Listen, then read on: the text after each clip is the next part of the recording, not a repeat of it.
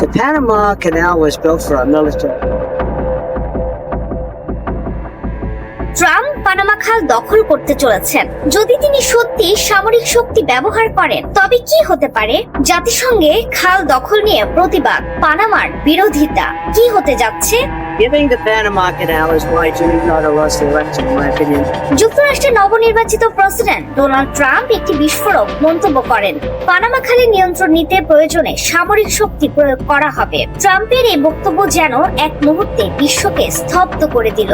কারণ 1999 সাল থেকে পানামা খাল পুরোপুরি পানামা সরকারের হাতে। তবুও ট্রাম্প কেন এই খালের উপর এমন হুমকি দিলেন?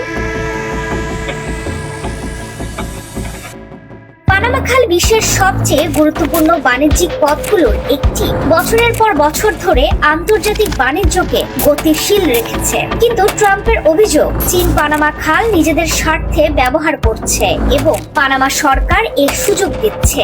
কিন্তু পানামার প্রেসিডেন্ট হোসে রাউল মুলিনো বলেন, পানামা খাল আমাদের এবং ভবিষ্যতেও আমাদের থাকবে।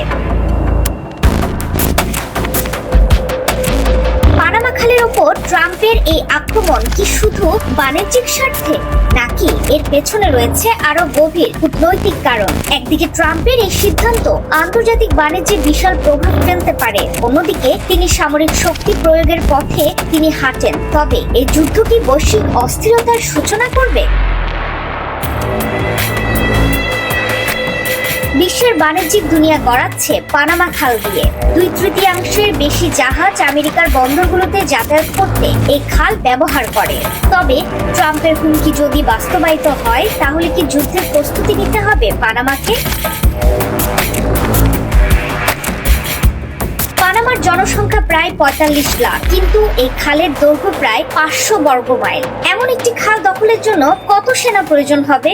যুক্তরাষ্ট্রের সামরিক হিসাব অনুযায়ী প্রতি 1000 বাসিন্দার বিপরীতে 20 জন যোদ্ধা প্রয়োজন। সেই হিসেবে পানামায় প্রায় 90,000 সেনা নিয়ে যুক্তরাষ্ট্রকে লড়াই করতে হবে। এটা কি সম্ভব? ট্রাম্প যদি এত সেনা মোতায়েন করেন তবে কি হবে? বিশ্বযুদ্ধ?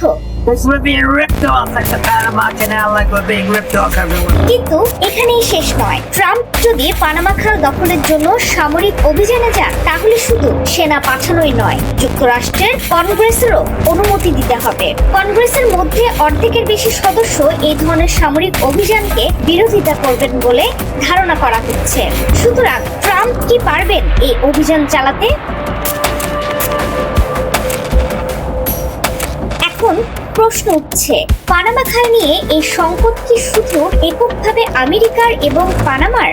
উত্তর না, পুরো পৃথিবীতে এর ধাক্কা লাগবে। পানামা খাল দিয়ে প্রতি বছর 6% বৈশ্বিক বাণিজ্য হয়। যদি ট্রাম্প সামরিক শক্তি প্রয়োগ করেন, তাহলে এই খাল বন্ধ হয়ে যাওয়ার পরিস্থিতি তৈরি হবে।